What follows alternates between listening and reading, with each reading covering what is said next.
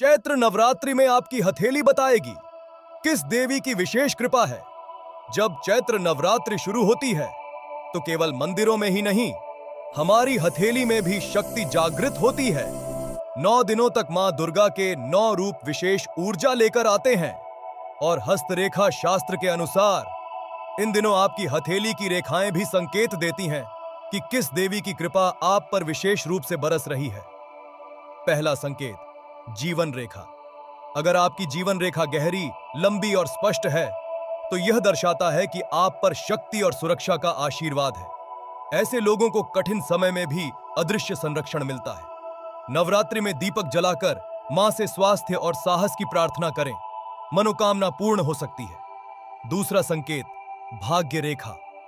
यदि आपकी भाग्य रेखा सीधी और बिना कटाव की है तो यह संकेत है कि इस नवरात्रि आपके जीवन में नया अवसर आने वाला है।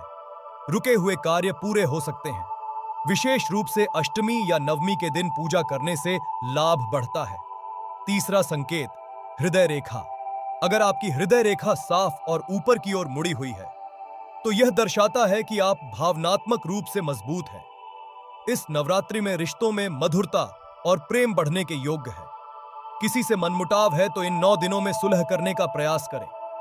चौथा संकेत, हथेली में त्रिशूल या कमल जैसा चिन्ह। यदि आपकी हथेली में रेखाओं से त्रिशूल, कमल या शंख जैसा चिन्ह बनता है तो यह अत्यंत शुभ संकेत माना जाता है। ऐसे लोग आध्यात्मिक रूप से आगे बढ़ते हैं। नवरात्रि में माता के नाम का जाप आपकी ऊर्जा कई गुना बढ़ा सकता है। इस चैत्र नवरात्रि सिर्फ पूजा ही नहीं, अपनी हथेली को भी ध्यान से देखिए। हो सकता है आपकी किस्मत की रेखा अभी बदलने वाली हो। मां की कृपा जिस पर होती है उसकी राह खुद बन जाती है। जय माता दी।